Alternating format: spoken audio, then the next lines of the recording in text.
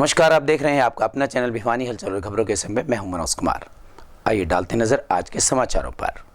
नवरात्रों में 8वें दिन नगर के विभिन्न मंदिरों में माता महागौरी की पूजा अर्चना विधि विधान से की गई। इस अवसर पर प्रसिद्ध देवसर धाम में श्रद्धालुओं की अपार संख्या पहुंची।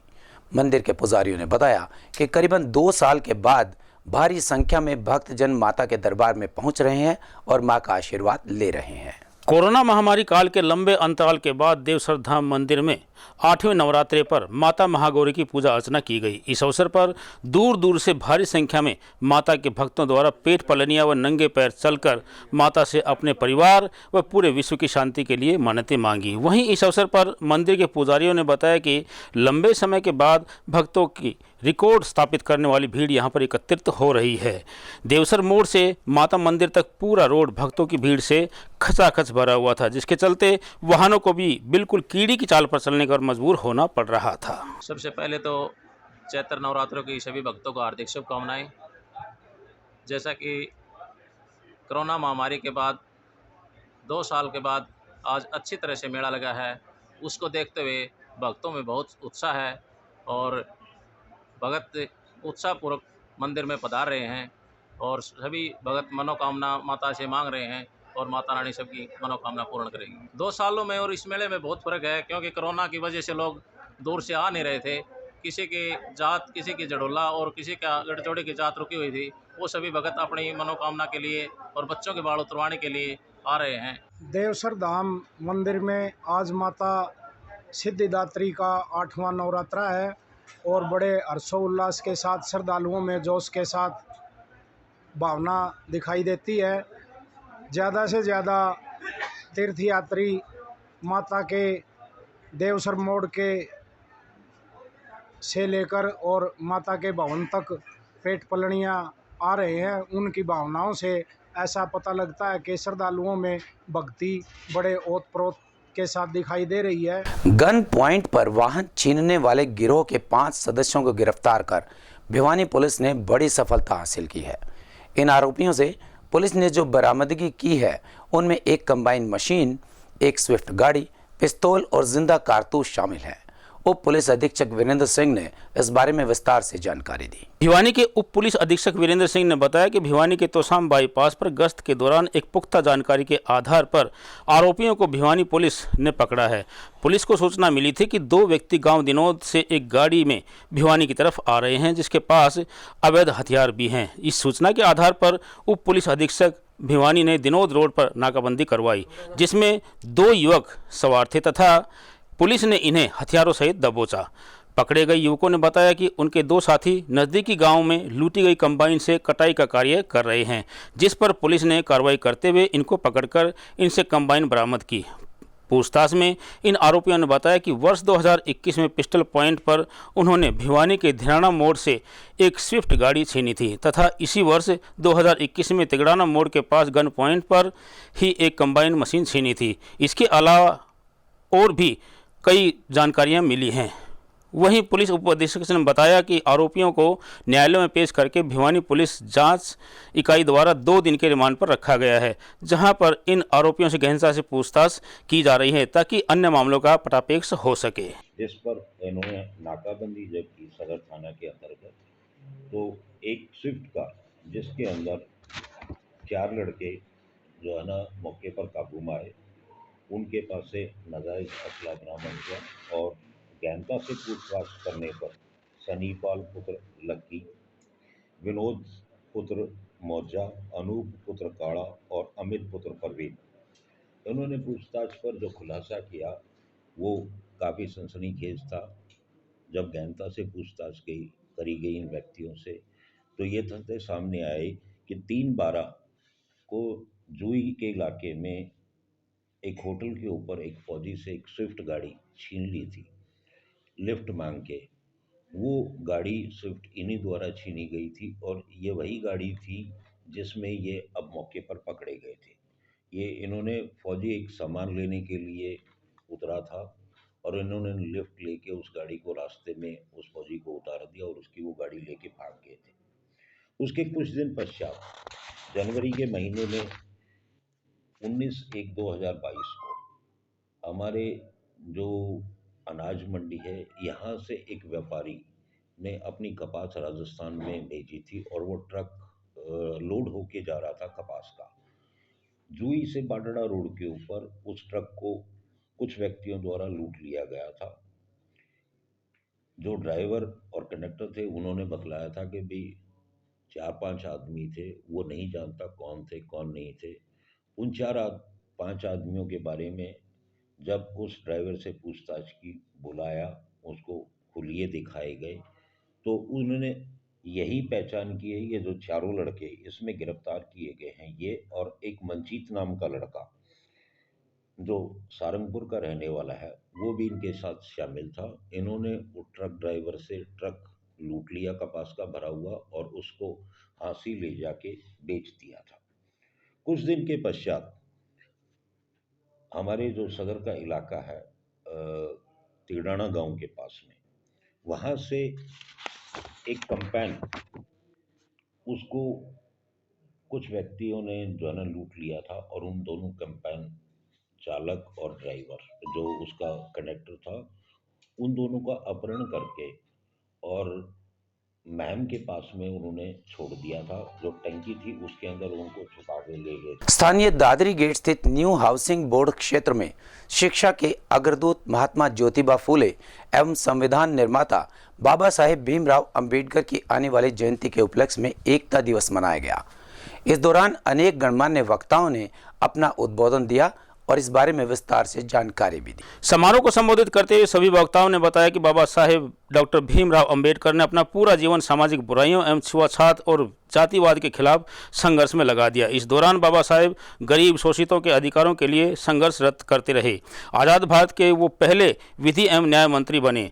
अंबेडकर ही भारतीय संविधान के जनक हैं। उन्होंने कहा कि अंबेडकर स्कूली दिनों से ही पढ़ाई में अव्वल थे, लेकिन तत्कालीन समाज में उन्हें जाति के आधार पर कई मुश्किलों का सामना करना पड़ा। कहा जाता है कि इसकी वजह से उन्हें एडमिशन के लिए भी परेशानियों का सामना करना पड़ा था।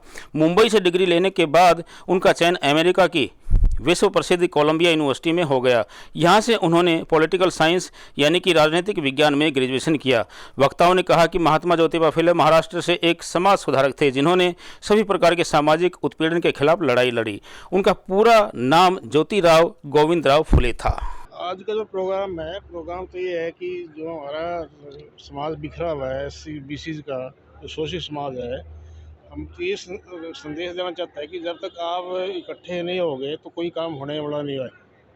क्योंकि जब तक आप इकट्ठे होकर अपने वोट का प्रयोग सही तरीके से नहीं करोगे ना, जैसे कांशीराम ने एक्सपेरिमेंट यूपी में किया था और कर्पूरी ठाकुर ने एक्सपेरिमेंट जो है बिहार में किया था, तो उनका जो एक्सपेरिमेंट था बिल्कुल सक्सेस था।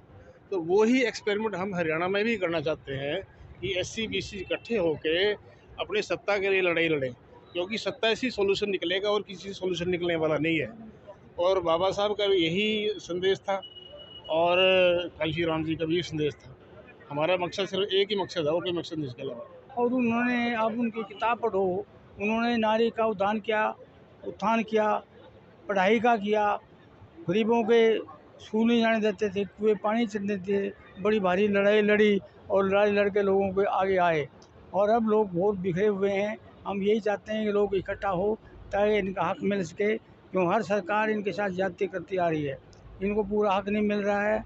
अब ज़्यादा जो पहले जो रंग था अब वो रंग बदलता रहा है, लोगों का जात पात ज़्यादा असर होता रहा है। नौकरियों में हिस्सा एक आध जात ज़्यादा लेगी, दूसरों को कम मिल रहा है, तो इससे ऊंच नीच बढ़ती है, हालात आगे ख़राब होते नज़र आ रहे हैं। तो यही हमारी कोशिश है कि लोग इकट्ठा होकर चलेंगे, कुछ ले लेंगे, नहीं तो कुछ नहीं मिलेगा। स्थानीय दिनोद गेट पर थोड़े ही अंतराल के बाद जमीन धंसने से एक बार फिर वही समस्या विभाग के सामने आ गई है। गौरतलब है कि कुछ ही महीनों पहले काफी मशक्कत के बाद यहां गड्ढा ठीक किया गया था, लेकिन एक बार फिर से इस गड्ढे की वजह से दिन भर जाम की स्थिति बनी। क्षेत्र के दुकानदारों ने बताया कि यहां पर इस समस्या के कारण उनकी दुकानों के गिरने की समस्या आ चुकी है। उन्होंने कहा कि इस समस्या के कारण दुकानों में दरारें भी आ गई हैं। उन्होंने जिला प्रशासन से अपील की है कि जल्द से जल्द इस समस्या का समाधान किया जाए, जिससे उनके रोजगार पर कोई असर ना पड़े। उन्होंने कहा कि इस खड्डे की खुदाई के कारण उनका 50% तक काम कम हो गया है, जिसके कारण उनको रोजी रोटी का सामना करना पड़ रहा है। वहीं जन स्वास्थ्य विभाग के एसडीओ प्रवीण जांगड़ा ने बताया कि आज विभाग की टीम यहां पर पहुंची है और इस जमीन के धंसने के कारणों की जांच वो कर रहे हैं। पिंटू सैनी नाम है, स्थानीय दुकानदार। और ये बहुत ही गंभीर समस्या है। कई बार प्रशासन इसका निदान कर चुका, फिर वैसे हालात रहते हैं, कोई सुधार नहीं होता। दुकानदारी पर कितना असर पड़ता है? दुकानदारी पर बहुत ज़्यादा फर्क है, 50% का फर्क है, और इसका निदान करवाओ। हम बहुत ही परेशान हैं, हर बार इसको पाड़ के छोड़ देते हैं। इसका स्थायी समाधान होना चाहिए, ठीक है। और मिट्टी से बहुत ही बीमारियाँ फैलती हैं। ये जो यहाँ ज़मीन बैठने की समस्या है, ये 5-6 साल पुरानी है और इसको पहले भी कई बार चेक किया गया, परंतु कोई समस्या नहीं मिली और इसको मिट्टी डाल के फिर एक सार कर दिया जाता बता रहे हैं।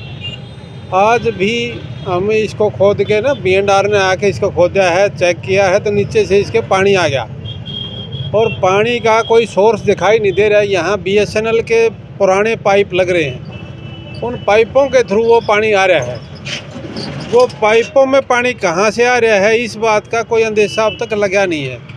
अभी मेरी BSNL के SDO साहब से बात हुई थी, उनको मैंने कहा था कि पीछे आपकी जो इसका जंक्शन बॉक्स है वो जो काफ़ी गहरा है, उसको एक बार आप स्लैब हटवा के चेक करवाओ।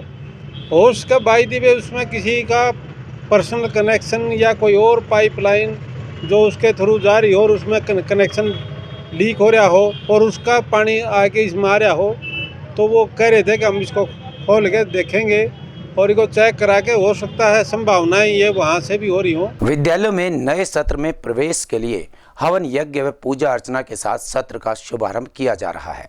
इसी कड़ी में लोहानी स्थित शहीद रमेश कुमार राजकीय वरिष्ठ माध्यमिक विद्यालय में भी सत्र की शुरुआत हवन यज्ञ के साथ की गई। इस बारे में विद्यालय प्राचार्य श्री सुरेश जांगड़ा ने विस्तार से जानकारी भी दी। विद्यालय के प्रधानाचार्य सुरेश जांगड़ा ने बताया कि कोरोना संक्रमण के दरमियान लगी लॉकडाउन के कारण लंबे समय तक विद्यालय में ऑफलाइन कक्षा का संचालन बाधित रहा। प्राचार्य सुरेश जांगड़ा ने बताया कि हवन यज्ञ करने से वातावरण भी स्वच्छ होता है और विद्यार्थियों को अच्छे संस्कार भी मिलते हैं। कोरोना संक्रमण के चलते 2 साल बाद विद्यालय में नए शैक्षणिक सत्र की शुरुआत ऑफलाइन कक्षाओं के साथ हुई है। इस दौरान विद्यालय में उत्सव का माहौल रहा और बच्चों में भी उत्साह बना रहा। हवन यज्ञ को सफल बनाने में प्रवक्ता अनिल कुमार अरोड़ा, मनोज कुमार, मीनू देवी, धर्मेंद्र सिंह गोयत इत्यादि ने अपना योगदान दिया। आज विद्यालय में हवन का आयोजन किया गया। इसका उद्देश्य है हमारे जो आसपास वातावरण है उसको शुद्ध करना और हिंदू जो कल्चर है उसके अंदर किसी भी कार्य का शुभारंभ हवन के साथ किया जाता है। तो नए सत्र का शुभारंभ हो रहा है। इस शुभ अवसर पर सभी स्टाफ सदस्यों और विद्यार्थियों को की इच्छा थी कि नए सत्र की शुरुआत हवन से की जाए, इसलिए आज विद्यालय में हवन का आयोजन किया गया है। भिवानी के चौधरी बंसीलाल सामान्य अस्पताल में आउटसोर्सिंग पर लगे कर्मचारियों को हटाए जाने के विरोध में धरना 9वें दिन भी जारी रहा। इन कर्मचारियों का कहना था कि कोरोना काल में कोरोना पॉजिटिव होने के बावजूद भी उन्होंने अपनी सेवाएं जारी रखी, फिर भी विभाग उनके साथ नाइंसाफी कर रहा है। गौरतलब है कि 31 मार्च को सरकार ने आउटसोर्सिंग पर लगे हुए कर्मचारियों की सेवाएं समाप्त कर दी थी। उसी के विरोध में आज हॉस्पिटल के प्रांगण में कर्मचारियों का प्रदर्शन लगातार जारी रहा। उन्होंने कहा कि कोरोना काल के दौरान आम जनता की सेवा उन्होंने की थी जब उनके परिवार ने उनका साथ छोड़ दिया था, लेकिन आज सरकार ने उन्हें निकालकर उनके साथ नाइंसाफ़ी की है। उन्होंने कहा कि जब तक उनकी बकाया सैलरी और नौकरी को बहाल नहीं करते तब तक उनका संघर्ष जारी रहेगा। जो कोविड में कार्यरत थे और हमें लगातार 9 दिन से धरने पे बैठे हैं। 8 दिन हमें हो गए हैं, आज 9वां दिन है और अगर सरकार ने कुछ सुनवाई नहीं की तो हमारा आगे भी ऐसा ही धरना जारी रहेगा और हम सरकार के खिलाफ प्रदर्शन करेंगे। और हमारी सैलरी भी नहीं आई है पिछले 5 महीनों से और उसके लिए हमें बोला जा रहा है CMO की साइड से कि आएगी सैलरी, 1 दिन में आएगी, 2 दिन में आएगी, तो अब तक कोई भी कुछ नहीं हुआ है उस बात के लिए। नाम अमित कुमार है जी। हम NHM आउटसोर्सिंग में भर्ती हुए थे ठीक है, जब कोरोना चला हुआ था हमने 2 साल से ऊपर हो गया कुछ, और हम लगातार सरकार को सेवाएं दे रहे थे। जब से कोरोना की 2-3 लहरें आई हैं, हम लगातार अपना कार्य निष्ठा भाव से कर रहे हैं, और हमारी 5 महीने से सैलरी नहीं आई है। और सरकार ने एकदम जैसे ही बिना नोटिस दिए 31/3/2022 को बिना नोटिस दिए हमें सुबह ये आदेश मिला कि आपको यहाँ आने की ज़रूरत नहीं है, ना आपकी कोई हाजिरी लगाई जा रही है, ना आपको काम पर आना। टेक्नीशियन RT-PCR में काम किया है और हम 51 कर्मचारी जो कोविड में काम किया हमने 2 साल से, एकदम से सरकार ने हमें बिना किसी नोटिस के 31 तारीख के बाद निकाल दिया। बोला कि हमारे पास आने की ज़रूरत नहीं है, आप अपना देख लीजिए। और हमने जब फैमिली वालों ने भी हेल्प नहीं करी, उस टाइम हमने सबकी हेल्प की। कोविड में दिन रात हमने ड्यूटी करी है, डे नाइट हर शिफ्ट हमने करी है, पूरा दिन यहाँ काम किया। हम सारे कोविड पॉजिटिव हो चुके हैं एक बार, और इसमें हमने किसी को नहीं बोला कि हम कोविड पॉजिटिव हैं, हमारी हेल्प करो या कुछ भी, तब भी हमने अपना काम सही तरीके से किया है। फिर भी गवर्नमेंट ने हमें निकाल दिया एकदम। हरियाणा विद्यालय शिक्षा बोर्ड द्वारा संचालित परीक्षाओं में विभिन्न उड़न दस्तों द्वारा गृह विज्ञान परीक्षा में नकल के 70 मामले सामने आए, जिनमें 10 केसेस प्रतिरूपण के भी शामिल हैं।